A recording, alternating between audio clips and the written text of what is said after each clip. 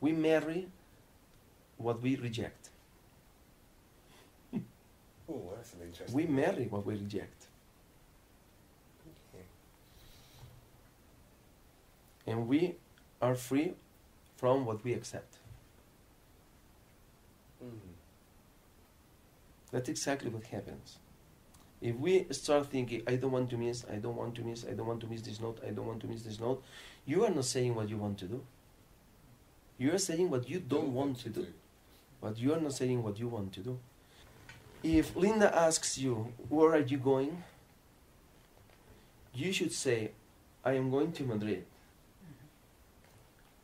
Many musicians say, I am not going to Toledo.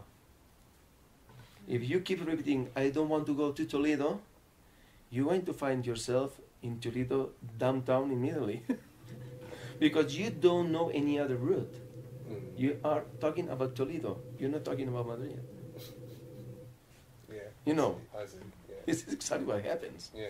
I mean, if you're interested in Toledo, it means that you are not interested in Madrid. Why should I be interested in Toledo? Well, the fact is that you are interested in Toledo because you are just paying attention to Toledo. It means that you are interested in Toledo. You should be interested in Madrid, but you are talking about Toledo, not about Madrid. So if you are saying to me that you want to avoid missing a note, you are not saying to me what you want to do. So you are going to develop a technique to avoid missing a note. Yeah, yeah.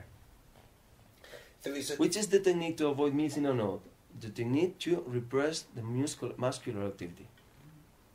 To make sure that you don't miss the note. Yeah, yeah.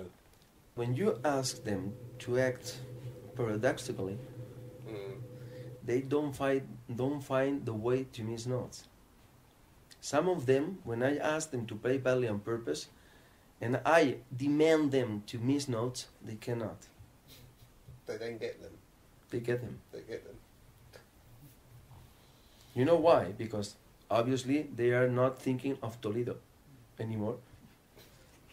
You know, this is exactly. I mean, that is not conclusive, but it aims to the emotional part of the problem, to the emotional aspects of the problem. So when they feel themselves free playing badly, I mean, when they feel that they are moving correctly, playing badly, it means that they can move correctly. But we have to plug the right interrupter, you know? Yeah. We have to, how do you say, we have to turn on the correct light in order to push the right button in order to free the movement again. So the only way we have to do that is to free the movement. But we cannot free the movement if we are in our own jail. It's impossible. Yeah, true, true. So it's a matter of freeing the movement. How? Allowing it. How do we allow the movement? From a rational standpoint? No. From an emotional standpoint. That's the real cause of the problem. This is not a neurological problem. No. So it's about emotional freedom. Exactly. Which connects. You know, for example, I have another guitarist. I'm working with lots of guitarists around the world in Spain. And he said, Joaquin, I cannot play at all. And I said, yeah, show it to me. And he was doing, I have the recording, you know, and I will upload it in the internet when he is, okay. He was doing this. You see, I cannot play, and I don't see anything. I see that you don't want to play. The only thing I see is that you don't want to move your fingers. So turn upside down your guitar. You know that you are now using exactly the same movement than when you have to play it. But you are using another psychological pattern when you turn it upside down, which is the natural one. Yeah. So if you can move your fingers, I say, don't you realize that you can move your fingers? Yeah, but I can play. But in order to play, you have to move your fingers. And I'm showing you that you can move your fingers. So, when I asked him to play badly, he could move his fingers perfectly. I was recording him. Look at this hand. He said, no, but you know that I'm having problems with my hands when, look at my fingers, and he did this. Don't you think that this finger is not working well? And I said, I think that it is working well. No, but I think that the movement, so I recorded the movement. And when he saw the movement, he said, well, my perception was that it was wrong, but obviously it was right. So they even invent more problems than they have. Yeah. And they try to justify. Joaquin, I am having problems writing. And I said, don't worry, because you'll be able to write in a matter of weeks. And he's writing again. Yeah. And we are talking about the writer's cramp, the dreaded writer's cramp. This man from Italy, he's writing, he's shaving. So video conferencing, you actually treat people through... I prefer, situation. yeah, if they Yes. come from Europe, I prefer to see them. Yes. If they are playing wind instruments, I want them here. Yeah, okay. Because I have to recognize their embouchure.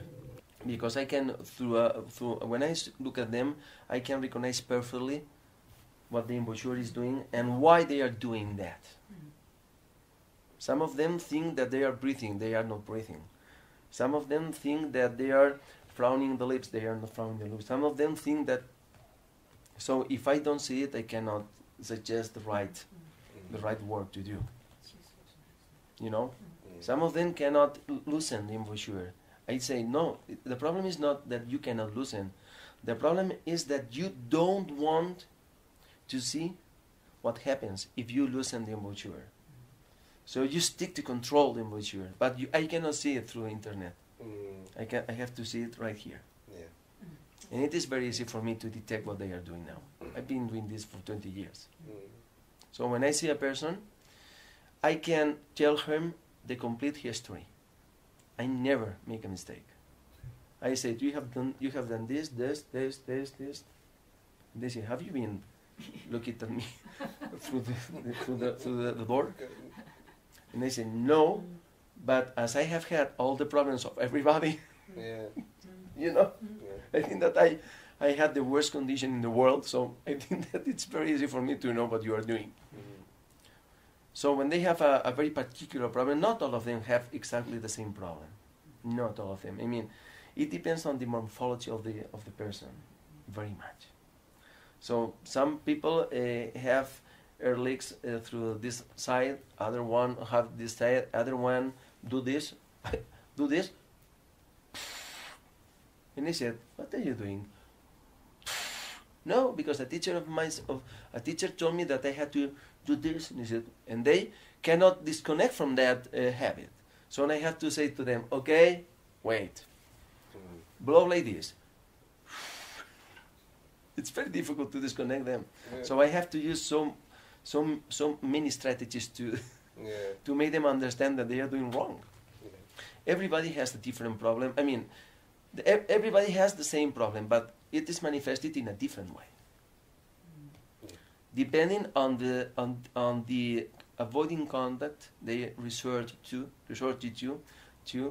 circumvent the tension. Yeah. That's it. So I think that this problem is time to say aloud, to speak it aloud, that it has a solution. I'm sure that as time goes by, we might reduce the time of recovery. That would be ideal, I think. But I think that if we get to recover the person in a year, that's a little thing compared to the rest of his life. Oh, absolutely.